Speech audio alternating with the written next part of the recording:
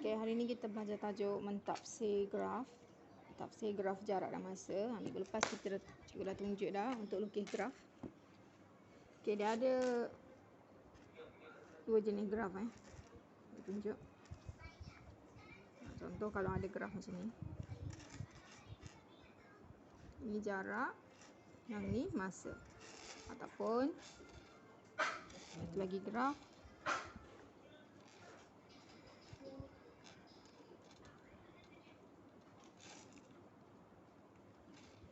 Ada dua jenis ni. Bentuk gini ataupun dia naik straight, lepas tu condong balik semula. Jadi bentuk trapezium. Okey, macam mana kita nak tafsir graf? Garis ni. Okey, garis ni mewakili sebagai kecerunan. Garis ni adalah kecerunan. Kecerunan sama dengan bersamaan dengan laju. Kecerunan ni bersamaan dengan laju lah. Kalau nak kira laju daripada graf, ambil jarak bahagi dengan masa. Maknanya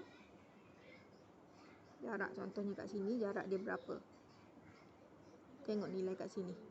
Jarak kat sini bahagi dengan masa yang di sini. Gitu. Itu untuk tentukan laju lah daripada graf. Kita ambil kecerunan. Satu lagi adalah jumlah jarak. Laju purata. Laju purata kalau daripada graf, dia bersamaan dengan jumlah jarak bahagi dengan jumlah masa.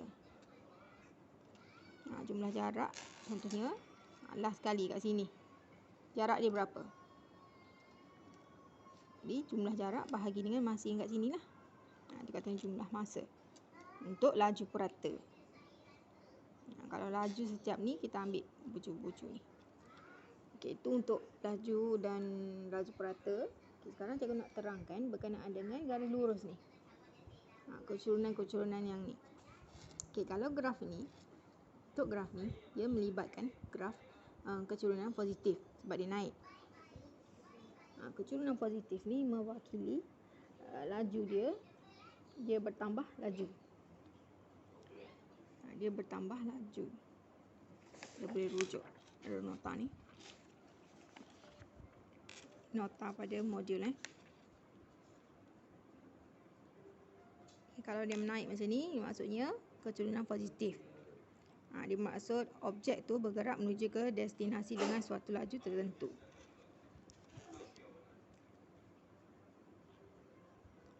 Okey, kalau dia makin landai, makin condong. Ini cerong sangat kan? Ini maksudnya kelajuan dia tu makin laju. Kecerunan dia tu akan jadi lebih tinggi, dia makin laju.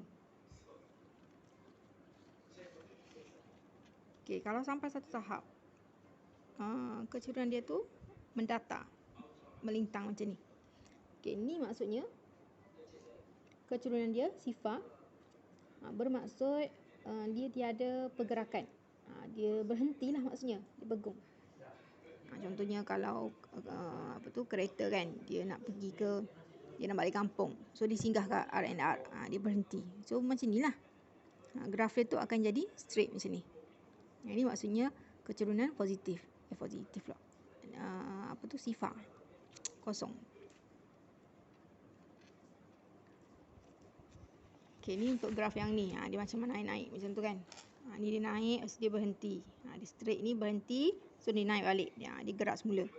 Okey, kalau untuk graf ni, dia naik. Lepas tu dia ada berhenti, lepas tu dia turun balik. Okey, yang graf turun ni maksudnya kecerunan negatif. Kecerunan dia negatif. Laju dia makin berkurang. Kelajuan dia negatif menunjukkan objek tu dia berpatah balik. Dia menunjukkan objek tu berpatah balik. Maknanya dia balik semula. Contoh macam situasi ayah awak nak pergi hantar awak dekat vaksin. kat pusat vaksin. Dia pergi hantar ni, kelajuan dia macam ni lah. Bila sampai kat pusat vaksin, awak tengah tunggu awak vaksin tu, kelajuan dia dah tak laju kan. Jadi kecerunan dia mendatang macam ni. Bila dah siap kerja, dia balik semula ke rumah. Inilah kecerunan dia akan jadi negatif. Dia patah balik semula ke rumah. Awak pun balik semula ke rumah. So negatif ni bermaksud objek tu, kenderaan tu, dia bergerak balik ke tempat asal ataupun bergerak pada arah bertentangan. Boleh? Ni maksud-maksud graf garis lurus pada rajah. Okey? Seterusnya cikgu nak tunjukkan soalan. Soalan ni, ini dalam modul Contoh dia, graf jarak masa di sebelah menunjukkan perjalanan keluarga Encik Yusof balik ke kampungnya di Perlis. Okey, yang pertama, hitung tempoh masa dalam jam Encik Yusof berada dalam keadaan pegun. Pegun tadi bermaksud dia berhenti. Pada graf dia, garis lurus dia tu straight. Garis dia straight. Maksudnya garis melintang. So kita nak kira berapa tempoh masa. Ni cikgu dah lukis. Cikgu dah lukis mula.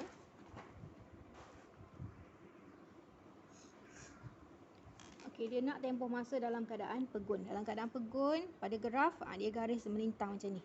Mengufuk straight. So tempoh masa kita tengok sini lah. Daripada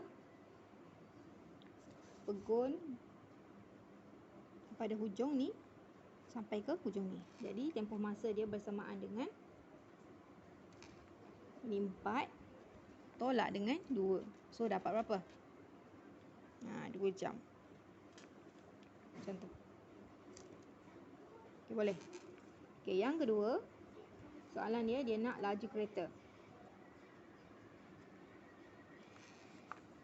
Laju kereta dalam km per jam bagi dalam tempoh 2 jam pertama. Dia nak dalam km per jam dalam tempoh 2 jam pertama. 2 jam pertama kalau tengok daripada graf ni, kat sini lah. So sini. So laju, kita punya rumus tadi apa cikgu tunjuk? Jarak bahagi dengan masa. Jarak bahagi dengan masa. Dia nak dalam tempoh ni, so kita ambil kat sini lah. Jarak dia berapa? 100 bahagi dengan masa dia 2. So dapat berapa? 50 km per jam. Dia 100 bagi 2 dapat 50. Macam tu. Boleh? Okey, yang ketiga. Soalan yang ketiga, dia nak laju purata. Laju purata. Laju purata ni merujuk kepada keseluruhan graf. Laju purata perumus dia jumlah jarak bahagi dengan jumlah masa. Jumlah jarak bahagi dengan jumlah masa. So kat sini, tengoklah daripada sini.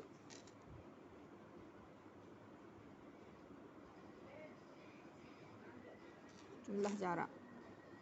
Jarak kat sini, ni 220. Sorry, cikgu salah tulis. Hujung sekali lah. Hujung graf. Laju purata ni kalau kita nak kira, kita tengok daripada hujung graf. Hujung sekali dia berhenti kat mana. So tengoklah bacaan jarak dia. Pergi ke tepi.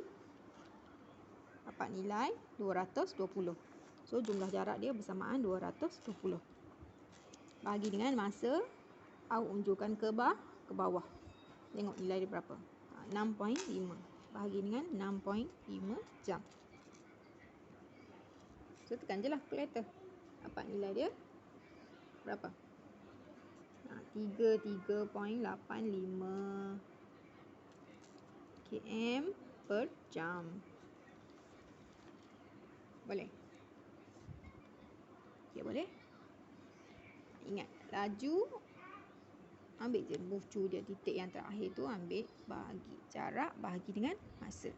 Kalau untuk laju purata kita tengok hujung graf lah. Sinilah hujung grafnya. Ambil bacaan dia kat tepi, bahagi dengan masa kat bawah. Okay, itu untuk B. A. Okay, yang B, soalan B. Okay, soalan yang seterusnya, yang terakhir. Okay, dia suruh huraikan perjalanan Encik Yusof untuk tempoh 2.5 jam yang terakhir. 2.5 jam yang terakhir. 2.5 jam yang terakhir tu, inilah sepanjang ni. Sepanjang sini. So, kita kena kira apa? Kita kena kira laju. Laju untuk 2.5 jam terakhir. Bersamaan dengan, ambillah bucu yang terakhir.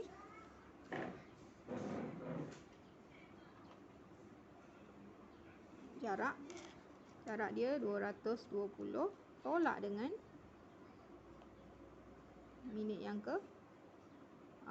jam yang keempat ni. Ni jarak dia 100. Bahagi dengan, nampak ke?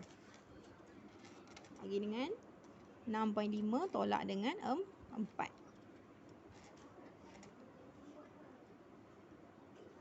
So ini tolak dapat 120. Bahagi dengan 2.5. Ni maksudnya 2.5 yang terakhir ni. 6.5 tolak 4 kan, dapat 2.5 jam. So bahagi ni dapat 48 km per jam. Jadinya huraian dia awak kena buat, Encik Yusof memandu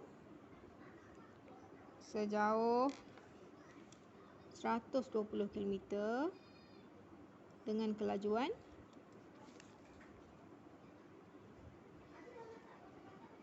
48 km per jam dalam tempoh 2.5 jam.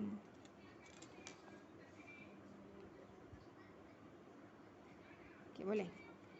Itu contoh soalan lah yang melibatkan pentaksiran graf, daripada graf.